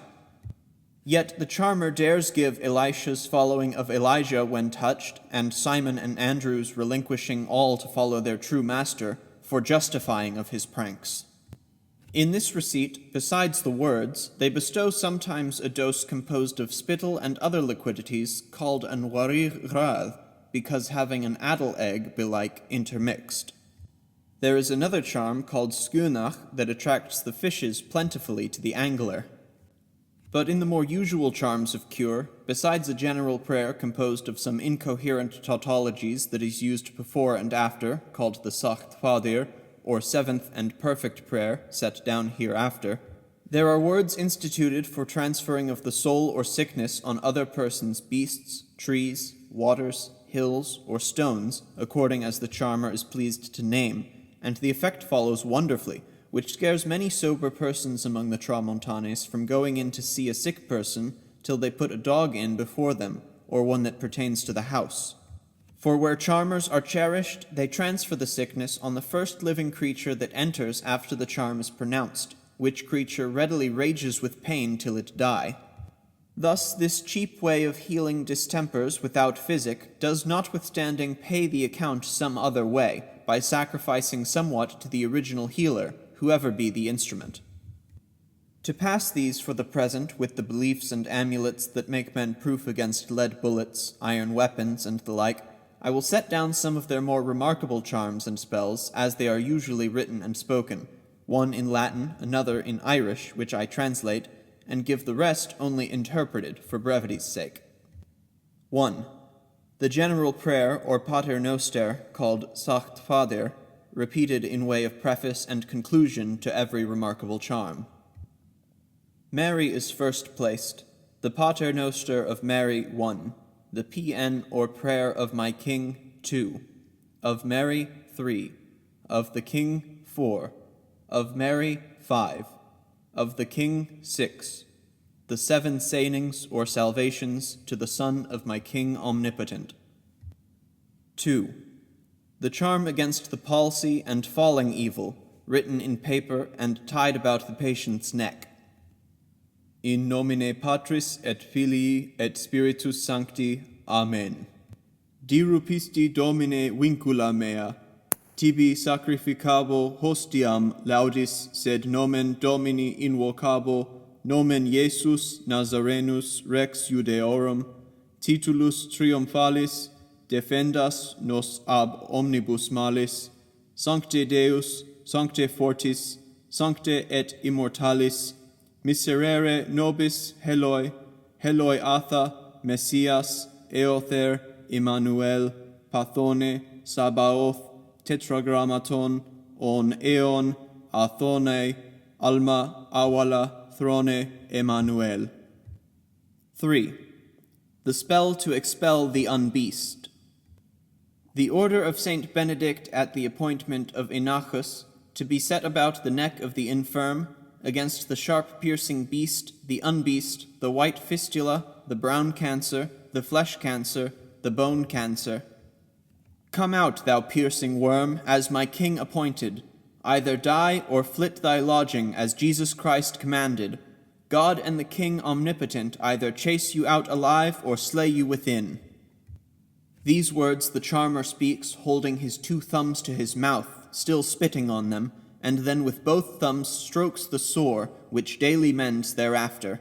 They use spitting as an antidote against all that is poisonous and diabolical. 4. A charm spoke in a napkin, and the napkin is sent many miles off to be tied about a child's open head to lift it up, as they speak, and it does the fact. I will lift up thy bones as Mary lift up her hands, as the forks are lifted under the heavens, as the priest lifts up the upright mass, up to the crown of thy head. I lift the cheekbones, the bones of thy hind head, thy brow before and behind.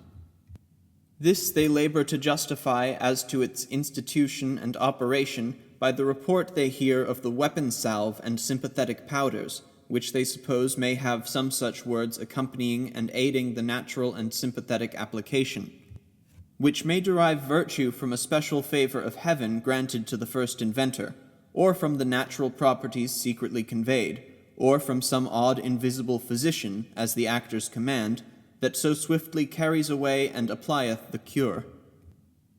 5. A spell said to cure a swollen milt. The skill against a swollen milt, to assuage its wrath, against the sharp milt, the rough milt, the bare milt, the brow milt, against the sharp-snouted grey worm that holes and eats the sinews of your heart and vitals.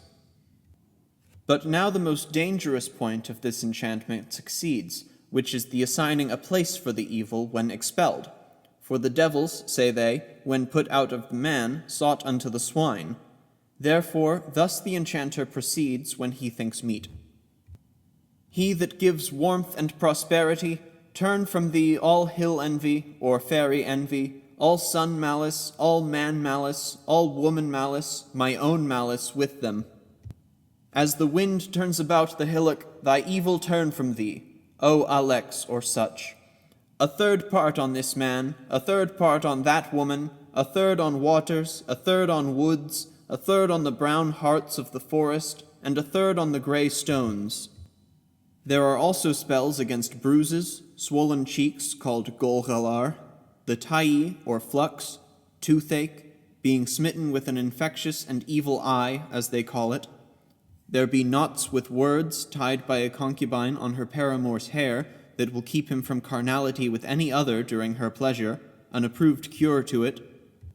The same knot is oft cast on a thread by sportful people when a party is marrying, and before the minister, which ties up the man from all benevolence to his bride till they be loosed, unless the charm be prevented to take effect by first saluting of the bride after the marriage is consummated and before they leave the churchyard and dedicated ground. But what is as strange as any, some charmers will extract a mote out of a person's eye at many miles' distance, only they must first, spaniel-like, see and smell at something worn by the patient.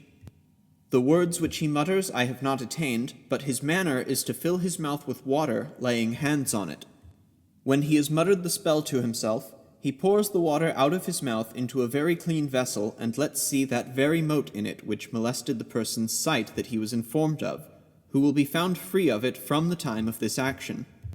Whether there be a secret reason that a charm has not so much efficacy when uttered by a woman as when by a man, or if because it was first devised by a man, continuing its vigor in the way it began, it is not worth the while to dispute it. These, then, are the exorcisms used for casting out of diseases and pains, as heretofore they were to cast out devils, whereof I have given a smattering to let see the many foolish conceits and dangerous customs in the critical and peremptory observance whereof many of the Scottish Irish weary and burden themselves to the great neglect of better usages and injunctions. They set about few actions all the year over without some charm or superstitious rite interwoven, which hath no visible natural connection with the affair about which 'tis made to further it. Yet herein they have been taught of old to keep them in an implicit obedience, still busy and yet still ignorant, every age transmitting such supposed profitable folly, and reckoning it a greater pioculum to neglect such than to transgress God's most holy and undoubted commandments. This is the secret. An exposition of the difficult words in the foregoing treatises. Abstruse, hid or shut up close. Adapted, being made very fit. Addle, rotten or spoiled. Air, one of the four elements, the air which liveth or is in the air. Amphibious, he that liveth as well on water as on land. Amulet, a preservative against enchantment, bewitching, or poisons to be hanged about the neck. Antidote, a counterpoison or a medicine against poison. Antipodes, people which go directly against us, with the soles of their feet against ours. Adcititious, chosen, admitted, associate, or strange. Astral body, an artificial body assumed by any spirit. Atoms, motes in the sun, or a thing so small it cannot be divided. Badgers, brochs. Bier, a coffin that is reserved for the corpse of the poor people and kept within the church. Boaz, in strength, meaning the powers thereof shall continue. Candidates, they that stand and labor for any office clothed in white robes, because among the Romans they used white robes. A suitor, or he that endeavoureth to obtain anything. Centre, the point in the midst of any round thing, the centre of a circle. Chameleon, a little beast that doth easily change itself into all colours, and is nourished only with the air. Chimeras, a feigned beast. Circumference, compass. Coalesce, to grow together or to increase. Cockatrice, a serpent killing man and beast with his breath and sight. Cognizance, examination, determination, or trial by a judge. Colleague, a fellow companion or co-partner in office. Colonies, inhabitants sent to a foreign country. Comment, exposition. Compact, appointment or confederacy. Condensed, made thick or hard.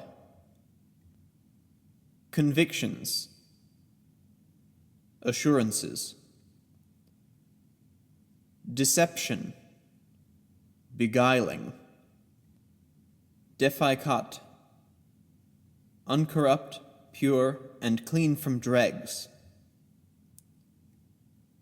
Delphian, two-faced, ambiguous, and doubtful.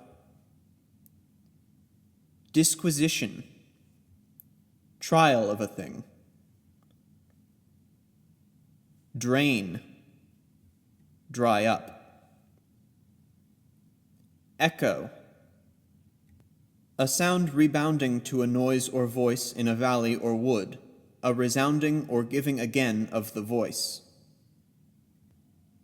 Element, the foundation of anything, the first principal cause or instruction, whereof all things take their beginning, being four: fire, air, water, earth. Elves, a tribe of the fairies that use not to exceed an ell in stature. Entities, beings. Ether, the firmament, sky, light, brightness. Exorcism, conjuration. Exuvii, a cast skin of a snake or adder. Faculty, virtue or strength in a thing, a power to do or speak.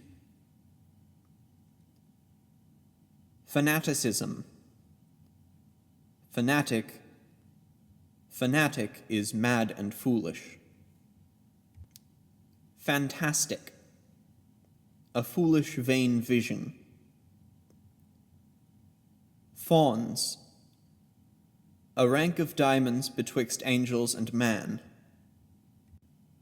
Gradation, a form of speaking when the sentence goes by degrees or steps, going up in order, one after another.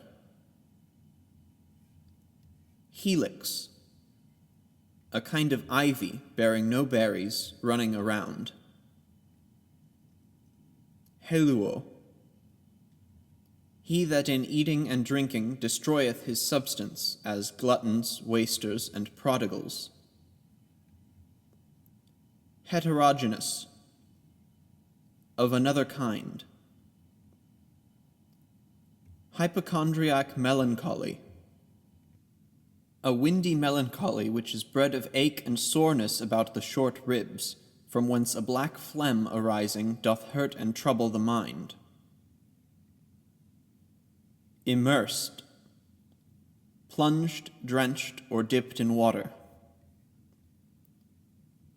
Impetus, violence, vehemency. Insects, any small vermin divided in the body between the head and the belly, having no flesh, blood, or sinew, such as flies, gnats, pismires, or emmets. Intellectual, belonging to understanding. Intrigues, politics, secrets, or mysteries. Yachin, he will establish his promise toward his house. Legerdemain, sleight of hand. Legion is a brigade or regiment of 6,000 footmen and 732 horsemen. Lichnobius, he that instead of the day useth the night, and liveth as it were by candlelight. Magic, witchcraft, sorcery, soothsaying. Malefice, an ill, naughty deed and mischievous act. Meridian, midday or noontide. Mole, a mudwort. Mole, a little brown spot in any part of a man's body. Necromancy, divination by calling on spirits. Noctambulo, he that riseth and walketh in the night time when asleep. Nymphs, goddess of waters, maids or brides. Obvious, gentle and easy, or that which meeteth with one. Optic, pertaining to sight, optici nervi, the sinews that bring the virtue of seeing into the eye. Oracle, a prophecy or prediction. Orb, a world, a region, a country. Parallel, such like. Parallii, two or three suns appearing through a refraction of a cloud. Paroxysms, a rage, a fit of distraction, or rush. Parson, a curate or parish priest. Phantasms. Vain visions, false imagination. Phenomenon. An appearance either in the heaven or in the air. Philters. A love potion. Plaganism. A stealing of menservants or children. Propagated. To make, to spread, or to multiply. Puppet. A baby, or image like a child. Python. A prophesying spirit, or a man possessed with such a spirit. A bellyrummer, as it were the ill spirit speaking out of his belly. Quaintly. Neatly, eloquently. Rabbinical. Jewish. Radicate. That hath taken root. Receptacle. A place to receive and keep things safe in, a place of comfort or refuge. Ricks. Stacks. Rosicrucian. A possessor of a magical-like art. Scrutiny. A diligent search. Seer. Wizard, or a people of the second sight are they that telleth of things before or to come after. Shrug. To be averse. Sirens. Sea monsters. Siths. People at rest and in peace. Struma. King's evil. Suanoch. Mantle or cloak. Subterraneans. Those people that lives in the cavities of the earth. Succinct. Short or brief. Superterraneans. Are we that live on the surface of the earth. Tendons. Small things like hair hanging at the roots of trees, or a little vein. Terrestrial body is a body made of the 4 elements. Thesi. A position, the natural primitive word whereof other are derived and deduced, a termination. Topical spirits, that haunt one place and not another. Tragical. Cruel, outrageous. Transmigration. A departing from one place to dwell in another. Utopias. A nation invented by men's fancies. Vehicles.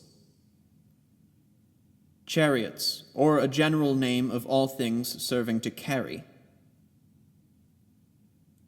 White. A cunning man. Zijim, Jim, and Ochin were either wild beasts or fowls, or ostrich or spirits, whereby Satan deluded man, as by the fairies, goblins, etc.